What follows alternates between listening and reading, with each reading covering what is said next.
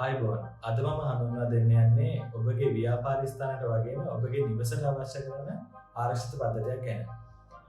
ආරක්ෂිත පද්ධතියක් කිව්වහම බොහෝ දෙනෙකුට මතකයට එන්නේ CCTV ආරක්ෂිත පද්ධතියක්. නමුත් ඒ හා සමානව ආරක්ෂාවක් දෙන බොහෝ දෙනෙකුට අවබෝධයක් නැති GSM alarm system එක. අපි දැන් බලමු GSM alarm system එක කිව්වම මොකක්ද?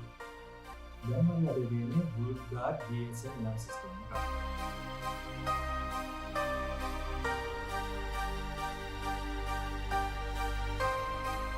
දැන් අපි එකින් එක කතා කරමු.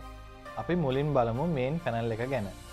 මේ පැනල් එකට වයර්ලස් සෙන්සර්ස් 99ක් වගේම වයර්ඩ් සෙන්සර්ස් 7ක් සවි කරගන්න පුළුවන්. මේකේ LCD ඩිස්ප්ලේ එකක්, ටච් පෑඩ් එකක්, SOS බටන් එකක්, ස්පීකර් එකක් වගේම පිටුපස SIM එකක් දාන්න SIM tray එකක් එනවා. මට භාවිතා වෙන ඕනෑම SIM එකක් පාවිච්චි කළ හැක. මෙම SIM පත භාවිතා වන්නේ කෝල් සැලට් සහ SMS ඇලර්ට් වලට. විදුලිය ගිය පසු බැටරියෙන් ක්‍රියා කරයි. PIR සෙන්සර් එකක්. එහෙමත් නැත්නම් මෝෂන් සෙන්සර් එකක්.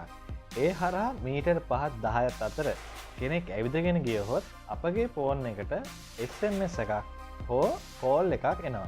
එහෙමත් නැත්නම් මේ පැනල් එකේ තිබෙන සයිරන් එකෙන් පිටතට ලොකු ශබ්දයක් එනවා.